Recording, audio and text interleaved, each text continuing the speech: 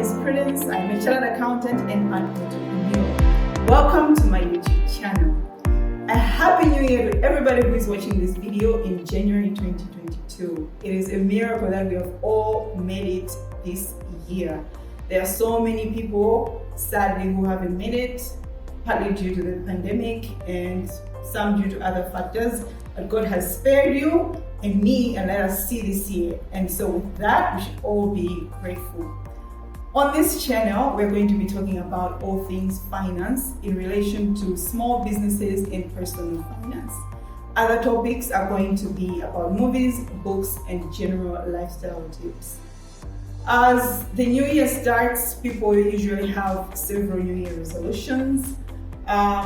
That's the same thing with me. One of our resolutions is to attain financial freedom, and I think I share that goal with a lot of other people, and I hope you are one of those people. So this channel is here to help us go through the tips and tricks and ideas on how we can all attain financial freedom, whatever that means to you. But the center of it is going to be the finance part. So if that sounds like something that would interest you, something that you're interested in, then I ask you to go ahead and hit the subscribe button that is under your screen. You can also hit the notification bell so that you're notified every time we upload new videos, which is going to be at least once per week. So now let's go ahead and start with the first topic of the year, which is going to be under personal finance, and the topic is emergency funds. What is an emergency fund?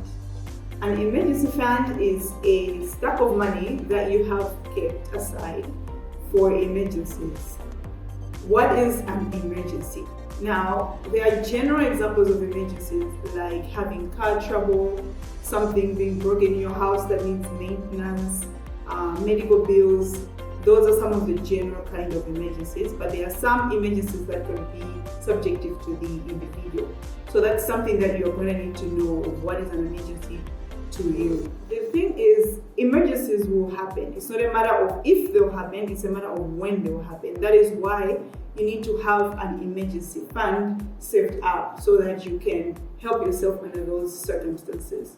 Now, you may have medical insurance, you may have homeowners insurance, or you may have car insurance, but there are some things that those insurances do not cover. For example, when it comes to cars, the insurer usually covers something that is like an accident or a theft, while something that is mechanical in nature, that's something that you as the individual needs to cover on your own. So that emergency fund is going to help you if you incur car trouble of that nature that your insurance will not cover. The third question would be, how much should be in your emergency fund?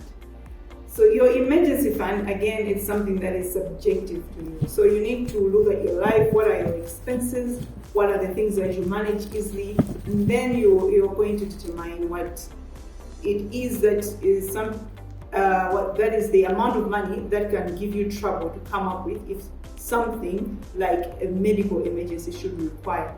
So, for example, we can say that your emergency fund should be 300,000. If that's the case, then the next step is going to be determining how you're going to come up with that emergency fund.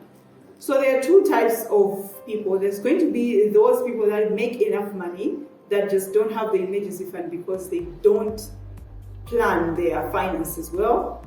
And then there's the other group of people who would like to have an emergency fund, but they are having trouble earning enough money to cover their basic bills and then have something saved up to put to the emergency fund.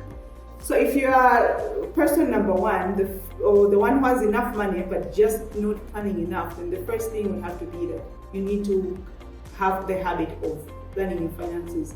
We're going to go into more detail about financial planning in the next videos, but for this video, what I would just advise you is to put the emergency fund as a line item in your budget. You need to have a budget of your finances, of so that you can know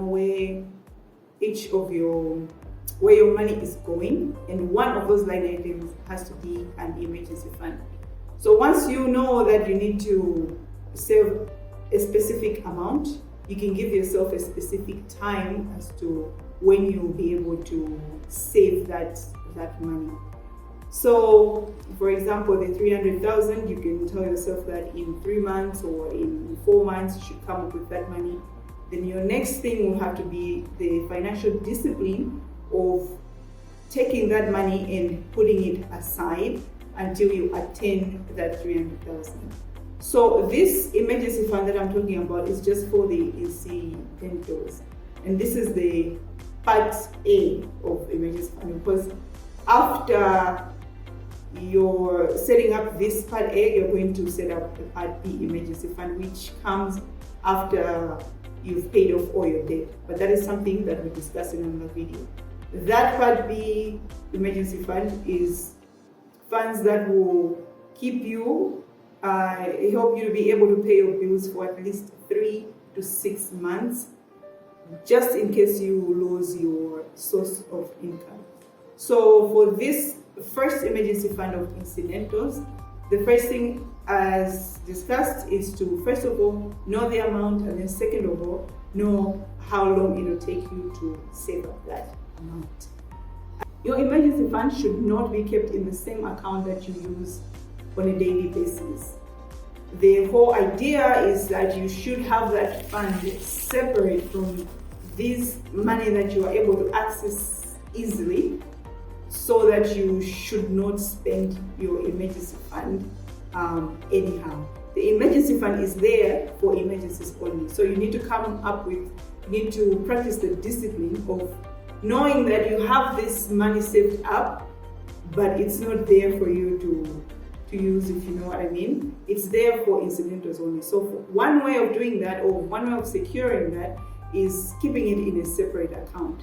So I would advise you to at least have 2 accounts, which is one where you do all your monthly spending, paying your bills, your rentals, and then the other one has to be somewhere where you are able to access it. So it's a bank account, but with no ATM card, with no internet banking, with no mobile banking. It should be something that it'll be a little difficult, but not too difficult to access. But it should be something you can access, for example, in like a day's notice time. It should be different from like a second notice, so that you are able to practice the discipline of like leaving it alone.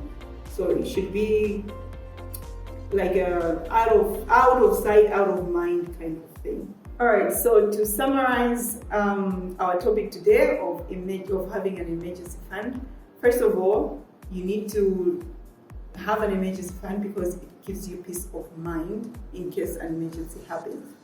Second of all, you need to know what is the amount that amounts to an emergency to you as an individual. Come up with that figure and then determine how long it will take you to save up that amount. And then after you do that, you need to find an account where you will keep that money. You can keep it in a regular savings account, but do go ahead and shop around banks to know what charges they are, because you don't want to keep your money there and then just find out it's being chipped away with a lot of charges. I've got an example of an emergency fund account where money is kept is an investment account or a money market account, which is where it's more like you're investing your money. It's not a regular bank account, but your bankers will be able to explain to you if you go to a bank and ask for an investment account. It's where you put your money and it generates interest as opposed to having monthly deductions. The interest can be very, very small, but it's better off than having it in a regular savings account.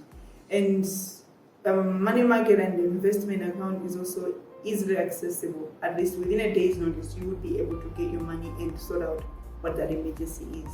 So keep it in an account that is not easily accessible to you, not too easy, but easy in such a way as not to spend it on regular things other than an emergency. But it should also be somewhere where you're able to exercise your discipline and not just going there to withdraw anyhow. And for the fourth thing is that you need to know what an emergency is to you. The general examples were medical emergencies, car emergencies. Do not take shopping for a birthday present for your friend as an emergency. If you didn't buy it, you didn't buy it, you didn't have the money. That is not an emergency. So learn to discipline yourself in knowing to differentiate between what an emergency is and what isn't. And finally, I would like to say having an emergency fund shouldn't be an option. It is a must. It's not something whether you should or shouldn't have. It is something that you should have because emergencies will happen. It's not a matter of if, it is a matter of when. So it's better to be prepared and solve out the emergency than for the emergency to find you and to you. I ask you to now go ahead and hit the subscribe button and also hit the notification bell so that you are notified every time we upload new videos, which is going to be at least once a week.